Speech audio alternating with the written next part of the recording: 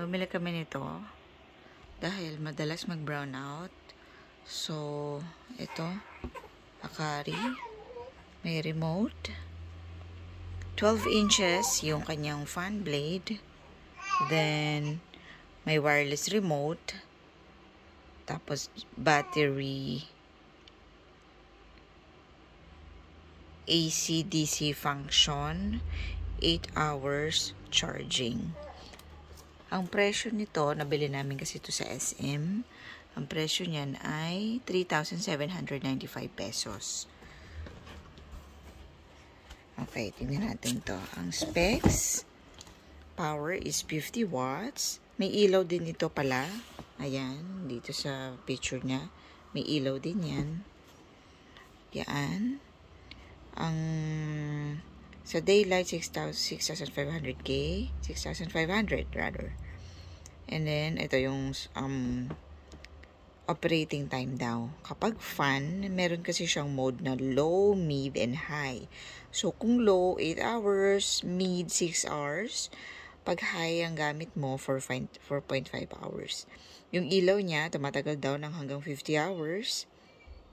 Ayan. So, kung ilaw at fan ang gamit mo naman, meron ding low, mid, high silang sinasabi.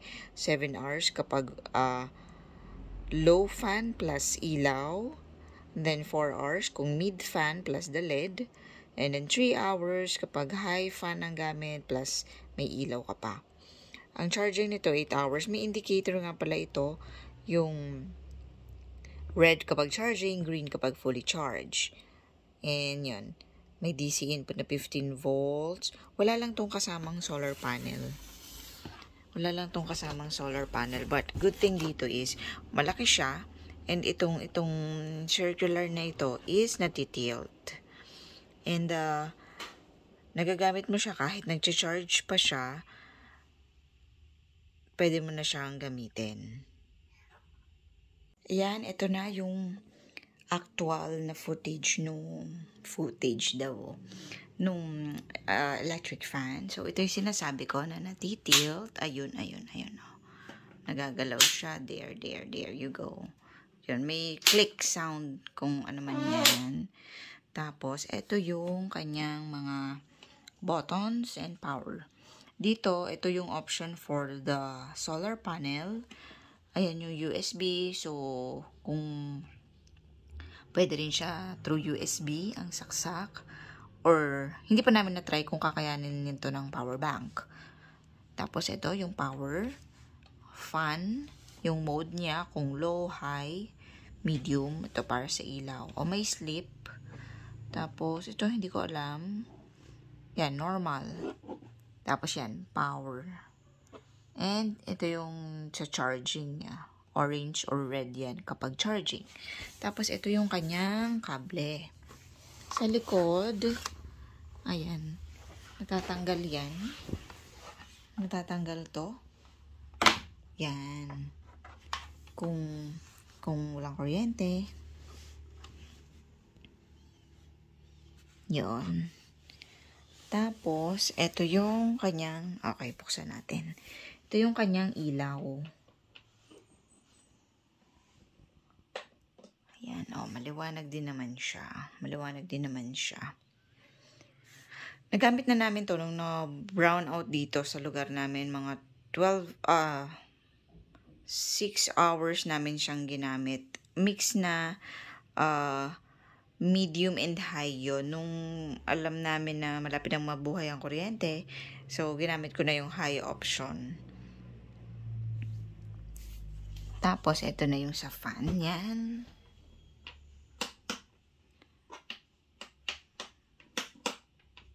Kailangan naka-on yun. And then, ito na siya. Ayan is, I think, high mode. O, nature parang humina-hina siya ng konti. Pag nature. Tapos, pindutin mo lang. Tapos, yan. Tapos, nature yun. Umiikot-ikot. Tapos, sobrang lakas yata nito. And then, pindutin mo lang ulit yung fan kung gusto mong palitan. So, ang nature niyan, malakas, mahina, palakas, pahina. Ganun pala yun. So, kung gusto mo namang mano-mano, ito naman yon yung fan para low, medium, high.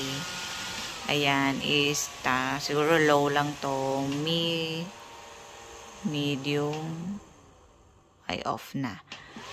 That's high, medium, ito na yung low. Yan. So, okay na okay itong electric fan na binili na to. Napakinabangan ng maigi.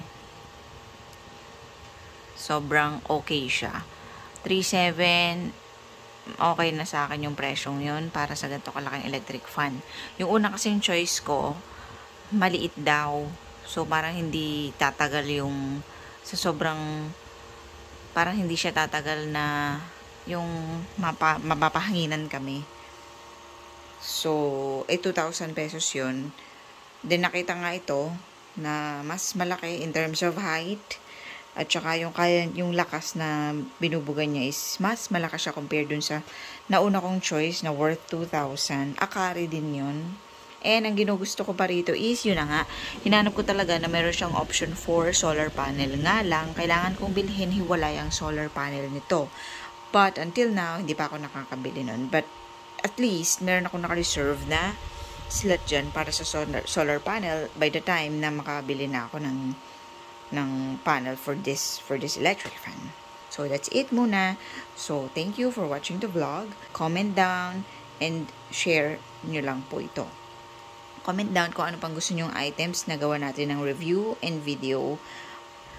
Like, share, and subscribe. Thank you!